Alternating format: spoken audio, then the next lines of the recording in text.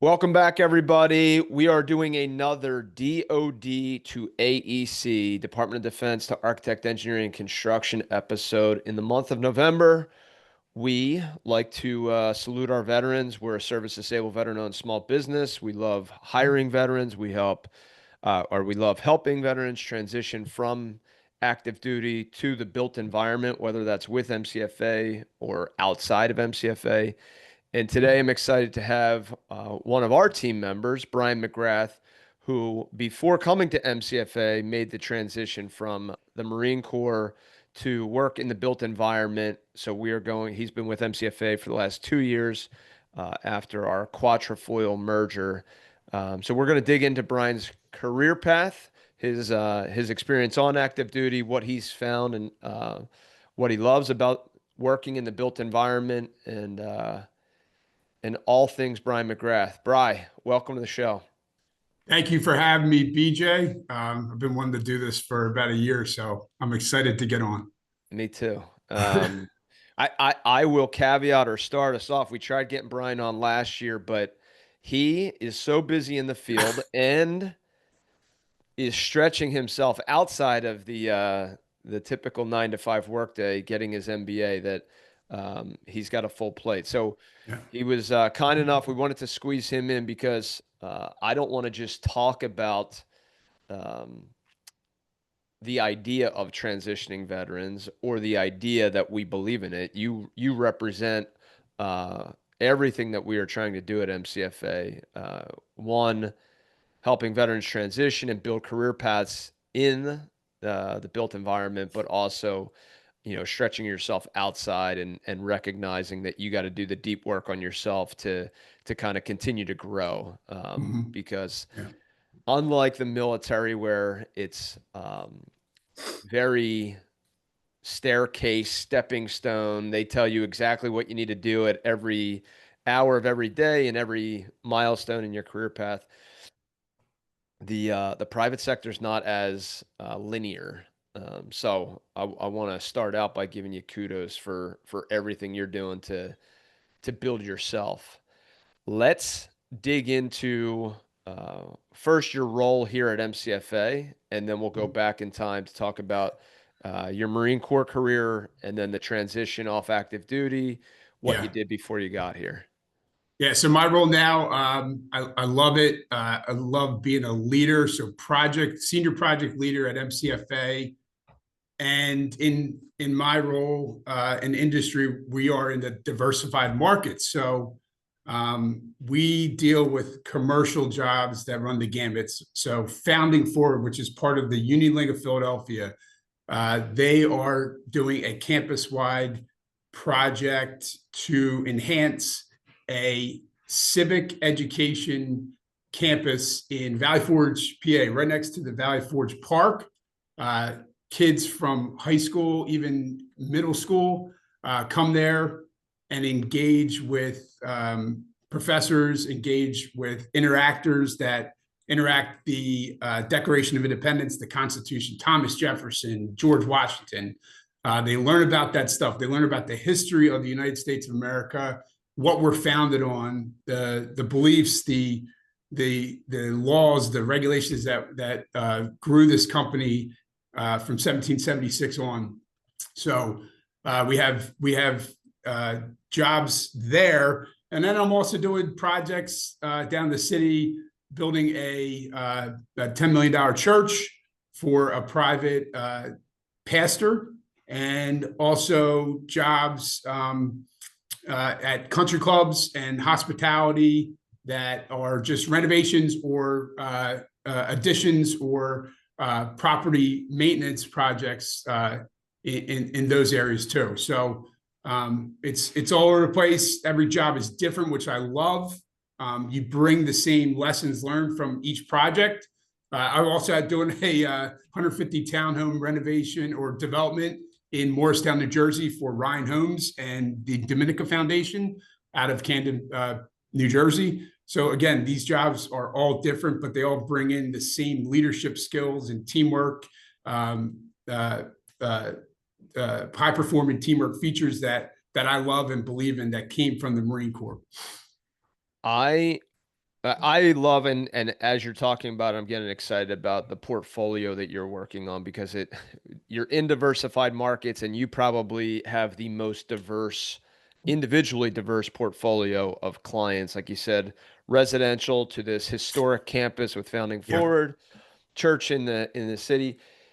So all different organizations, all different client types, all different project types. But talk to us about I always tell people coming off active duty, like, hey, project management in the built environment is um, there's some language that you need to learn. There's some technical parts and pieces that you have to get familiar with. Um, but there's a lot of just leadership skill sets that translate. So talk to us about what a senior project leadership leader at MCFA on these projects is doing kind of Yeah. globally and then maybe tactically in a day to day. So, from the Marine Corps, brigade structure is so big. Standard operating procedures, chain of command, those things were like ingrained in us, and they carry over. But there's always a process. And I always go to scope, schedule, and budget. I mean, you can go back to those three things. Those are the three things that in my job, I'm trying to lead and make sure that the owner is comfortable with as we go through this project. They want to make sure that the scope that they signed on for with the contract is accurate and it fulfills the whole entire job itself. So there's no changes down the line. Schedule, it's easy. You want to be done by this date or before. And then budget is, hey, I want this number to be this number or lower than that number if possible. And you go through that and make sure that they're comfortable with those three things. I just did it with the church yesterday and this morning. Your job is pretty much that. Now, every job is different. It's bigger or smaller, but nothing changes in those three things for me. All right, so that's holistically scope, schedule, budget. Anybody who's ever built a project, whether it's them trying to self-perform a bathroom renovation or a back deck, or involved in something more grand like a new house, or we talk about large infrastructure projects. We know that those three things are always competing and they compete holistically, but they also compete in the micro of the day to day. Hey, this selection, uh, if I go with the fancy thing, it's going to break the budget. If I Yeah. don't, I'm not getting the scope I want. What does your day to day look like? I, I know that in general, you might say it could be firefighting, and just Sure. trying to stay ahead of the fires that are going to put those three big things off track: scope, schedule, budget. But what does a day in the life of Brian McGrath look like? I mean, first, it's for me, and this happened. I would say recently to me is to be able to think and then act. So thinking means um, planning better and making sure that you're getting up and you're going to projects knowing what you're talking about, what they need to know. The documentation, the information is all set and prepped, not just before a meeting, but before every single day that you interact with your client. Uh, that stuff comes first, and it makes your job easier. It makes the general contractor tractor job easier. It makes the architect, the engineer's job easier, and inspectors and everyone that's involved in a project. Um, those things are what I start with. And then as I interact with the people on the project, whether it be the general contractors, the client itself, the owners, the stakeholders, you get that information and you need documentation and constant repetition of making sure everyone has the information that has been reviewed. Me, right now, I'm a big fan of using AI, large language models, to keep that information together. And it helps me organize everything. So a month down the road, I'm not looking into my files. I'm looking at my secretary and saying, hey, we talked about this, I think 2 months ago. What did I say? What did we review? Can you give me some information on that? So I'm accurate, number one, and it's all documented within something that I have. I don't have the money for a secretary. This is the best thing than that. So that's all. And it's all about open communication. I don't like just emailing someone, especially my clients, if there's an emergency, if there's a big issue. The way I interact is I'm getting on the phone, and then after that conversation on the phone, I'm writing an email to talk about what we discussed on that phone. So it's documented. I always like either trying to get in person or contact them on the phone to make sure that they realize if it's an issue or a problem, the seriousness of it, and that's the only way for me is to do it either in person or through the phone. I like interaction with people. So I started out in the construction industry as a laborer in a hole, digging ditches. My father-in-law owned a construction company, and one of my mentors, but he passed away a couple of years ago. He taught me all of that. You know, you need to learn these projects, these jobs from the field in the trenches, and then work my way up through there. And I do the same thing now on projects that I run at MCFA. Awesome. All right, let's go back in time. Yep. I know you went to Scranton. Yeah. Talk to us about where did the path to the Marine Corps come into play, and then talk to us about your career in the Marine Corps. So I'm going to be a little open about this. This is not something I'm proud of, but I'm down the shore in Sea Isle.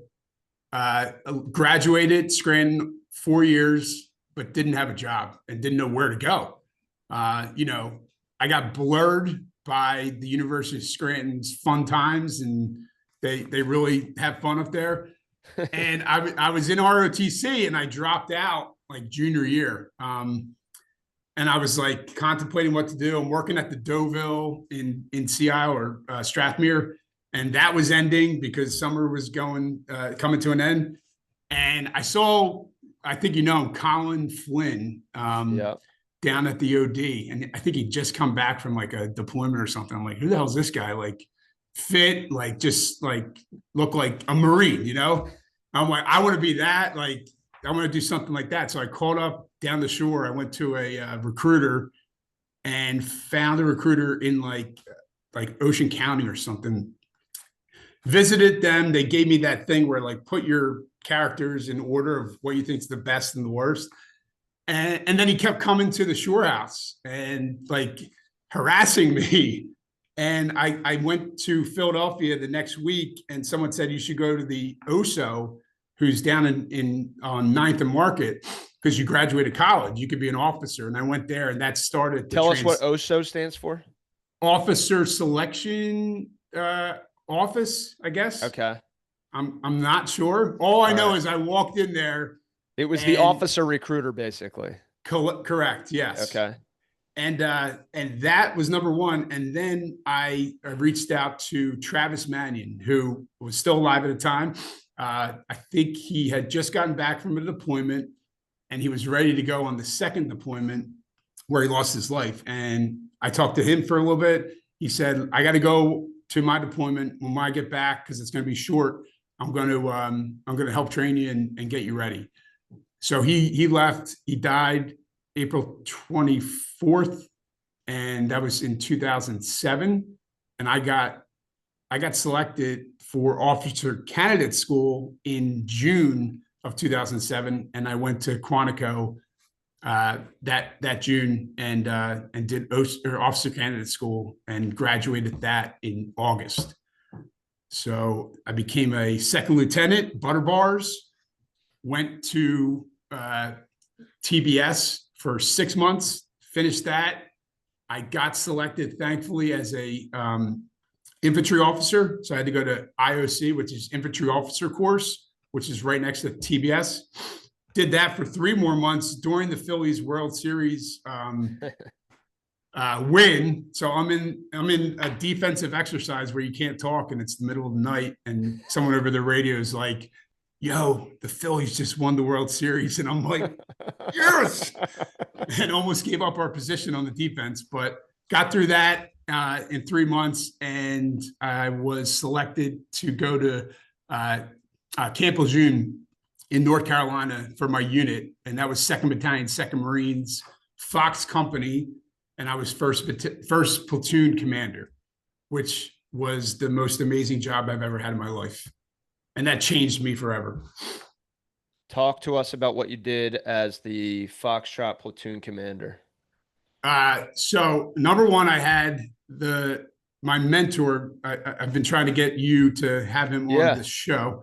He is my greatest mentor, pushed me the hardest. When I didn't want to do anything, made sure that his platoon commanders, he was our company commander, pushed themselves to the limits they didn't think they could get to. And then we in turn did that to our Marines in our platoon. So we did a workup.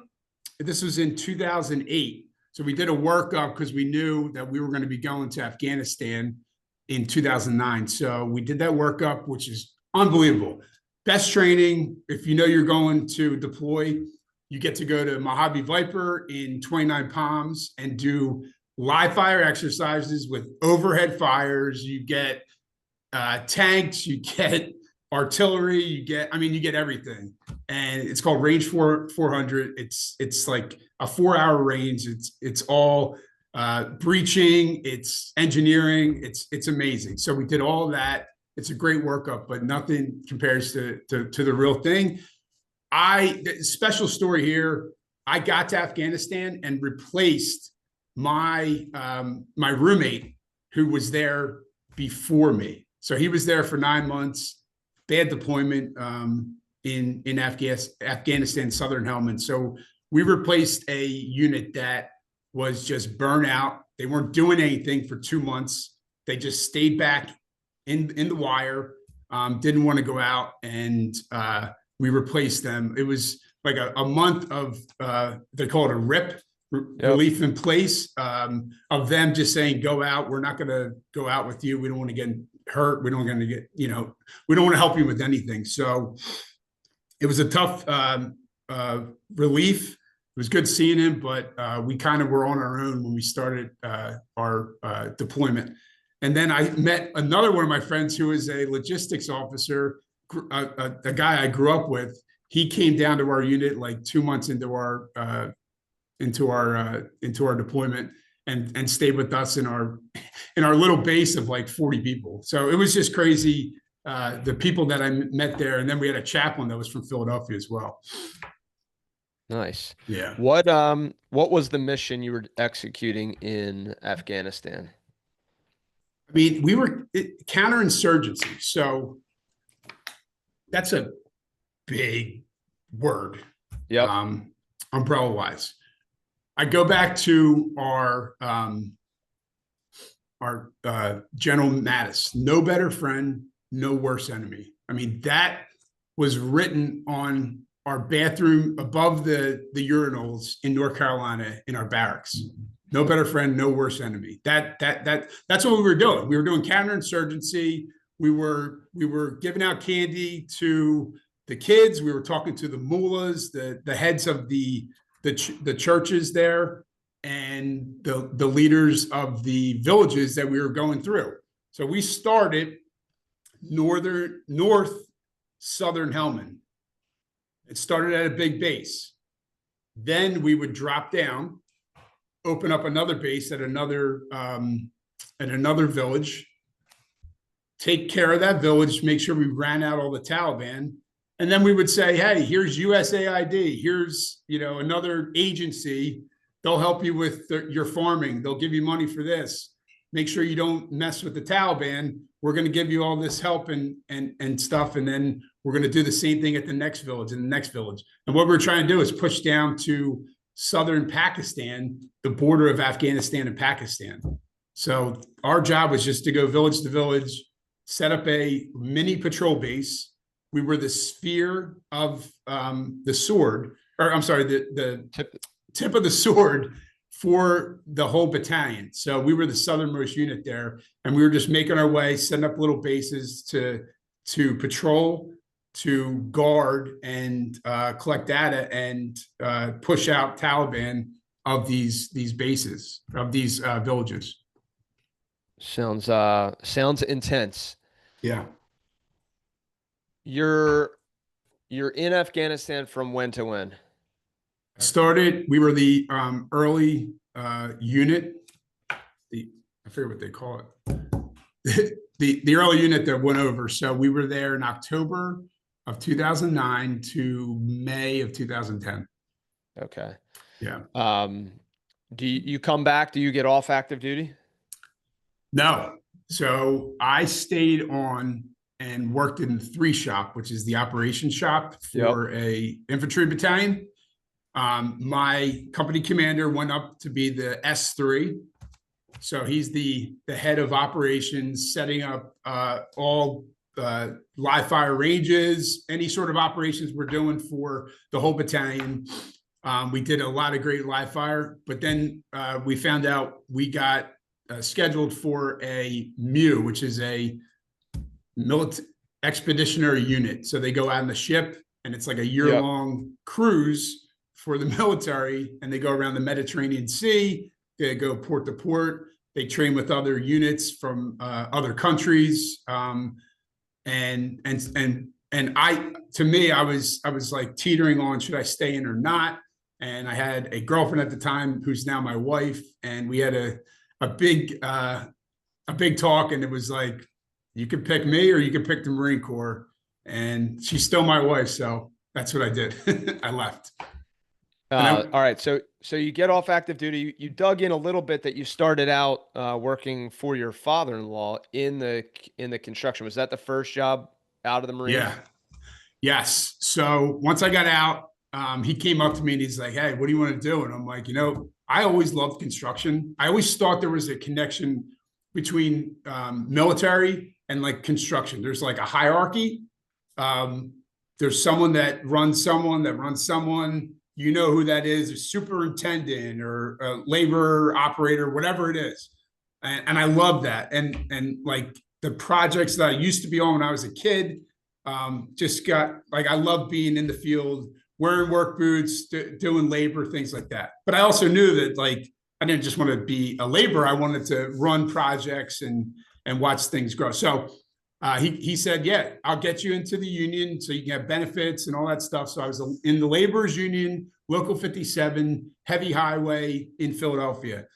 He was doing projects for University of Penn, Thomas Jefferson University. So they were big healthcare, higher education. He was on GlaxoSmithKline projects, but he was a excavator, concrete guy, masonry guy, but had a little niche. So he had little equipment to do small rooms, interior stuff, and all these big companies, these big GCs loved that he could do these things. So we had a good niche. So I started with him, and I got on all these projects, met a ton of people, learned how to read drawings. When I was with plumbers, I'd be at lunch, like looking at their drawings, asking them like, how do you figure out the depth and like how to plumb something? And I just loved it. So started doing that. And then he got me into estimating, and I started working with my estimator at the company. And I was ready to take over and just run with that. And he wanted to retire. And then unfortunately he got sick and had esophageal cancer. And it was like a quick 3 months, and everything changed there. So everything for me happens for a reason. So that's when I met Joey at Quatrefoil. And I took the stuff that I knew from my time at Diswell Contracting and started talking with Joey, who's also a Marine lieutenant colonel. So we had connections, and that's when Quatrefoil and me started as well. Awesome. All right, so Quatrefoil to MCFA, your portfolio continues to expand. What was the first project you had with Quatrefoil? Actually, it was a school. So we did our client was Wexford Science and Technology, who's a big developer in the life sciences down in University City, Philadelphia. They actually have a parcel of land that they're developing, and the first building that was being built was a K through 8 school called Peace Lambs grade school. And it was a collaboration of Wexford, Drexel University, and the School District of Philadelphia. So very different stakeholders. School District of Philadelphia, very disorganized, but wanted to merge with Drexel to have this great school in the middle of University City. Technology, innovation is right here. It's growing right here. So that school, it was a project that had to be done within 2 years. There was a budget that we had to meet of like $29 million. And that was my first project here with a great general contractor called BSI Construction. So that started everything in this area development here. So after that building was done, they started building labs, a Drexel academic tower right next to it. But that was the start of this big development here. Awesome. All right, talk to us about, you have this Marine Corps background and you've got this experience in the built environment, in the construction industry, going from laborer to estimator to senior project leader on, large, complex, huge, school buildings or life science buildings.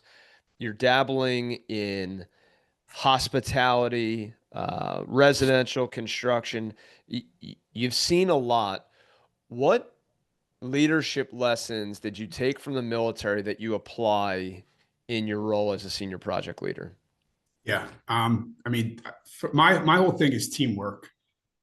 That's, I don't know, like if you talk to, or if you listen or read about like John Wooden, Steve Lencioni, I mean, these guys are all about teamwork, and it's not just the one person. So I'm not successful in anything without the people around me. So the Colin Matolas that I work with at MCFA, the Todd Niceleys that I'll talk to you about from my Marine Corps, my Marine Corps squad leader, Joey Fay, like for me as well. These guys, these people are the reason that I'm able to succeed in projects, because you need to be able to have trust with the people that are around you. So anyone on the job, trust and teamwork is the number one thing that sets you up, I think, for success.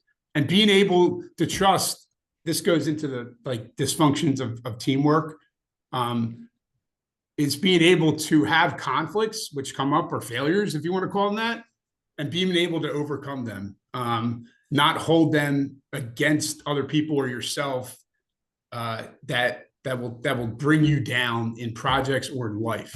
So I always think of those things as like, they're okay to happen. It's conflicts, a failure, as long as you can hash them out, talk about them, and overcome them.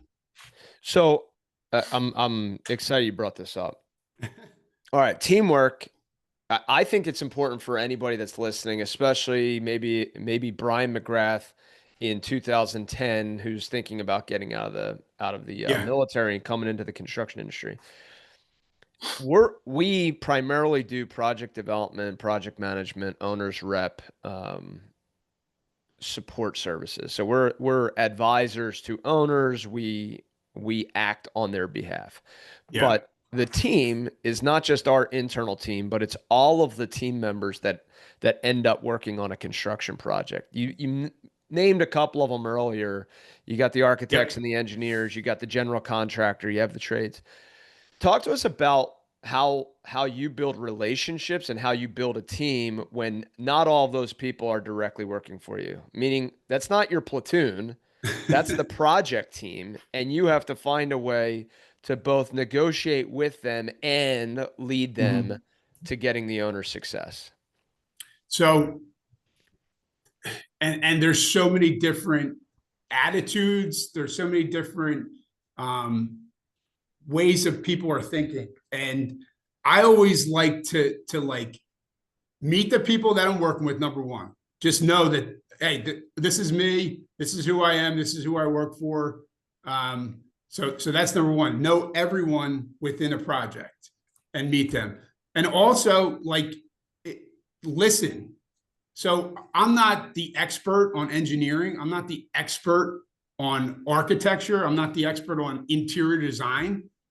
But if I'm listening to them and I can have some sort of uh, information that they've provided and give them feedback on that, that I think makes success so much better for all the stakeholders that are involved in the project. And a lot of people sometimes just bull forward and don't listen to everyone's points of views and kind of miss the mark. I think like trying to say that they know more than other people are on these projects. It's like we're doing this here at Founding Forward. There's so many pieces of the puzzle. There's civil right now. There's architect. There's a kitchen design that's going on. Now, I don't know anything about what to put in the kitchen, but I'll listen to you and I'll give you responses that are detailed and thought out. But I'm not just going to come forward and say, you're wrong on all this stuff. We need to make it smaller. Our budget is this. No, they're not going to like give me the time of day if I'm just going to say something to an expert on a project that they don't know what they're doing. That's my whole thing. It's just listening and being upfront and honest with and having accountability. So there's two things I want to pull out of your career path. One is you started out as a laborer in the ditch, talking to those plumbers about how do you read a drawing and figure out how deep the hole has to be. So on one hand, you transition and you started from the bottom to really just get an appreciation for everything going on around you. And then on the other hand, you're an owner's rep for this diverse portfolio of projects, mainly, under that umbrella of scope, schedule, budget, keeping things on track. Right. And I think, and I'm speaking to, BJ Kramer circa 2008, Brian McGrath 2011. There's both of those paths. You could take one or the other, or you can do both like Brian did. And I think the beauty of not being an expert at every aspect of construction or engineering is similar to not being an expert in every type of counterinsurgency or every type of warfare. It's like you have to be competent in all aspects of construction, but you don't have to be an expert in any one aspect of construction, because being a great project manager or a construction manager or owner's rep is equal parts leadership and equal parts leadership and construction. And you have to be able to be curious about all of the stakeholders around you. Right. And if you think you're the smartest guy in the room, you're never going to listen to anybody else, and you're never going to accomplish anything, because a lot of people with different definitions of what success looks like on this project, because, hey, yeah, success is the building getting built, but for my individual component, it's also me making a profit as the tradesman. Right. It's Right. also me making a profit as the architect. It's also me, getting the best price as the owner, or getting all of my scope. And there are many negotiations all of the time going in to make a project successful. And I think that is the area that you have to be sitting there in the middle, bringing that team together and constantly facilitating those micro negotiations to make sure in the moment the whole thing doesn't come off the rails, and over time the whole thing meets the final definition of success, whatever we define success to be on that project. Yeah. Yeah. Go I ahead. mean, so it's competence, which you need to have. You need to have confidence, but humble. And this is back to ideal team player: humble, hungry, smart. Those three things. If you're too much hungry, you could be a bulldozer. If you're too much smart and you think you're the smartest person in the world, you need to have all these three things together in order to be that. And it's a hard thing to do. I mean, I've seen a meeting where I go into and I come out and I'm like, oh my God, like I just sounded like the biggest a-hole in the world. And I gotta fix that or whatever. Or I didn't say anything. And I'm like, why didn't I speak up during that time when there was a disagreement between engineer and contractor?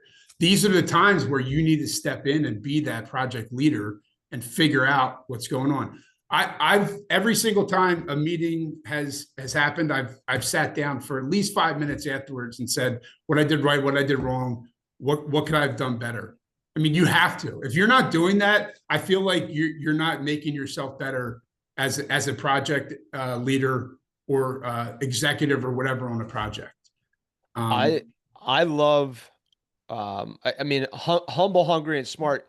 We could go down a list of 100 characteristics.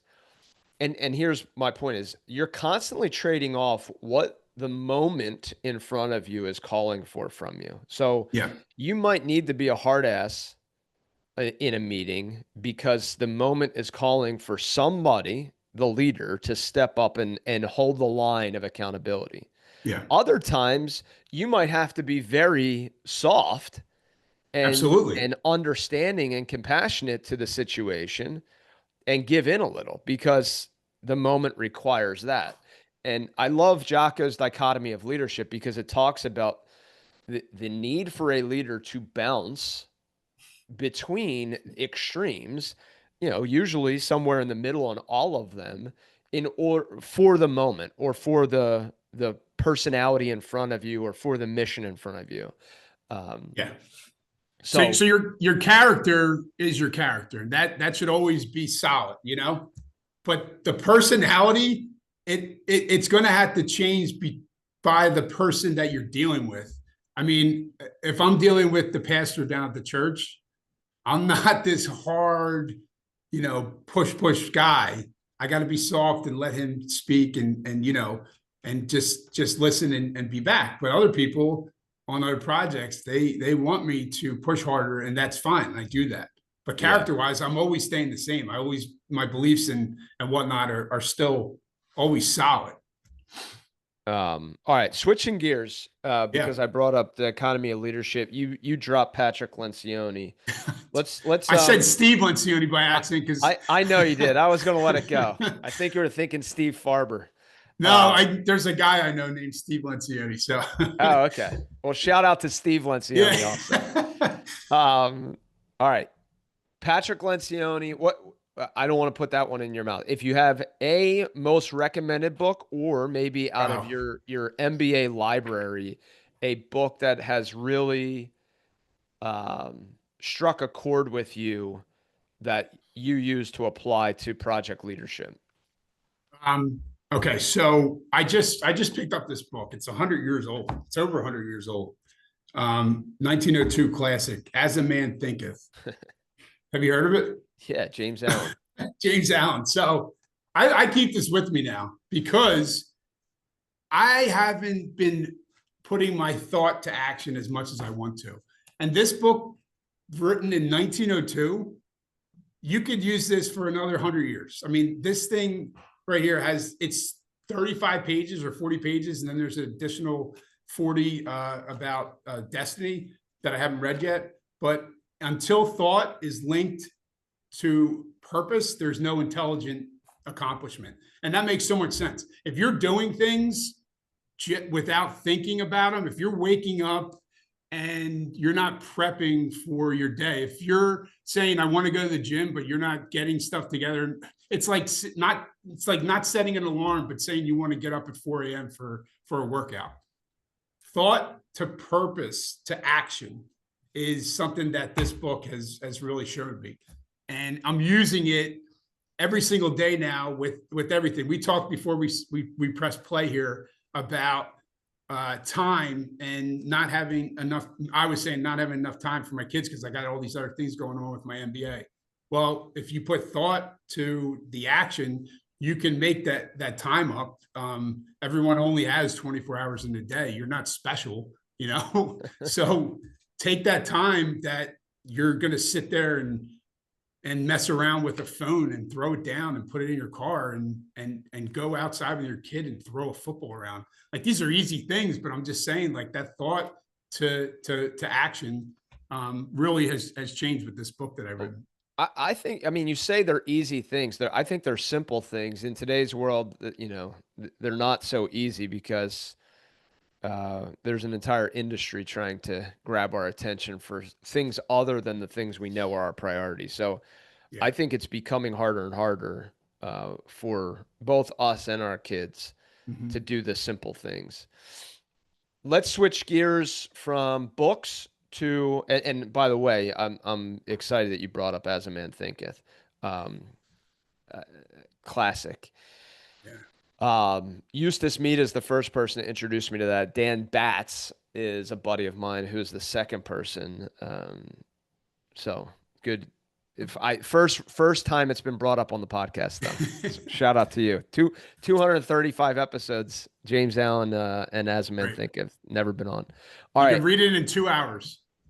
If you could have dinner with three people dead or alive, who would they be? Well, Jesus, number one, 100%. That's number one. I would love to meet him. You and me both. Yeah.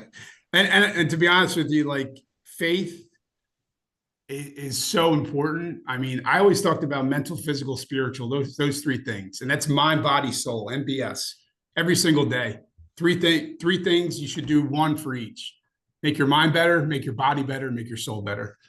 And I would say that to Jesus and say, and honestly, this would be my first question to him. I'd be like, those three things, what would you do to make your mind, body, and soul better? And I'd ask Jesus that. And I don't know what he would say. He'd probably say, well, what would you do? But that's my question I would ask him.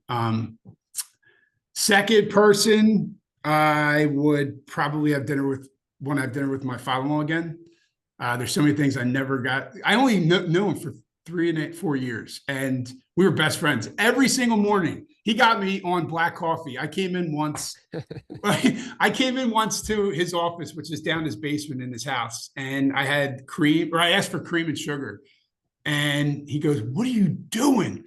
He goes, "You drink your coffee black from now on." I'm like, "All right," and I always have. But I missed out on so many. We used to have a race, a competition to see who would get to the office earlier. He lived there. I lived like in Conshohocken, which is like 20 minutes away. And I would try to get there at 3:30 in the morning, 3:20 in the morning. And he would always be down there, just like sipping his coffee, listening to like, the Grateful Dead or something. It was just good. So that's number two. And then number three, oh my God. This is a weird one. Who is it? Who was my third? I would have dead or alive. I would probably say, I was going to say someone, comedian, actor, but I would say, I don't know yet. I don't know. I gotta think on that third one. All right. I don't want to give you something stupid. We'll give you a pass. All right, good. Any Maybe favorite... John Wooden. John Wooden. All right. I like it. Any favorite quotes? Favorite quotes. Okay. John Wooden quote, "Success is peace of mind." I love that. If you don't have peace of mind, and you're running, crazy, I don't think that's success. I like this one. So people always talk about, oh my God, like my kids, once they're older, I'm gonna live my life. Once my kids are out of diapers, I'm gonna live my life. Or like once I get this job, then I'm gonna live my life. Well, the quote is, "The obstacles are your life." So what you're going through, that's life. Like that's what you should be happy and excited for. And I didn't know that. For all you people out there that don't have kids, that's life. When your kid doesn't sleep at night and you're sitting in the rocker, and I have a vacuum on because that's the only way that he's sleeping for 4.5 hours a night. That's things you remember, and that's life. So obstacles in your life are your life. Take that. And of course, the best one that I live by is, "If not me, then who?" Said by Travis Mannion at the Eagles game prior to him going on his deployment. Obstacles in your life are your life. Do you know who said that? I don't know. I really don't know. I got it from a. This is back in like when I was on Facebook. I'm not on social media anymore. I think it was something that someone wrote, and I took a snapshot of it. Love it. Um, what did we not cover that you wanna be able to share with in particular with veterans and Yeah. maybe specifically to the Brian McGrath of 2010 that is, maybe they're considering getting out of the Marine Corps and trying to figure out their next act. So you talked about transition out of military, the transition in the military. That's a great one too. I always ask the Skillbridge people like, why did you get into the military? Mm, Because I love that answer. I have a crazy one because of what I was doing. So I love hearing that. What my Marine Corps career was not like anything on me. It was the people I met. I mean, it gets me like teared up, but like just what these 18, 19, 20-year-old kids did and still do now that I still talk to them is incredible. And then seeing the Skillbridge people that are getting out as well, it's amazing. I love interacting with these people. I'm going to a TMF event that I'm speaking at tonight for Westchester Henderson football team, and all I'm going to do is bring up the guy. Well, obviously talk about Travis Manning, but bring up the guys in my platoon that just inspire me and show these true character traits that I try to live by every single day of my life. So I wanted to talk about my Marine Todd Nicely. If you guys look him up, he's a quadruple amputee. He he stepped on an IED right in front of me, like took the brunt of it, and he survived. And he's doing great things to help other wounded veterans that are still having issues and mental and PTSD type issues. So he's out there getting in front, working with Gary Sinise a lot, who's Lieutenant Dan, yeah. and doing stuff for Tunnels to Towers. He's in some of the commercials and stuff. But as a quadruple amputee, he's just kicking ass and taking names and still living his life to the fullest. So whenever I'm down or say like, hey, life sucks or fucking this is so bad, like everything, just just I always look up Corporal Todd Nicely and say like, if he's doing this and with a smile on his face, I could do the same. Awesome, Bry. Bry, thanks for everything that you're doing at MCFA for our clients and for the community through the Travis Mania Foundation. Thanks for I, taking the time. I really appreciate it, BJ. Thank you so much. Awesome. Hey, everybody, if you're enjoying the show, if you know a transitioning vet coming off active duty looking for their next career path, please do us a favor, share this podcast with them, allow it to give them a glimpse into what our industry holds, what it requires, day in the life of Brian McGrath, and let them get in touch with Jesse Gemberling Johnson, who runs our SkillBridge program, a 90-day transition internship in the construction engineering industry. Till next time, have a great week and a great weekend.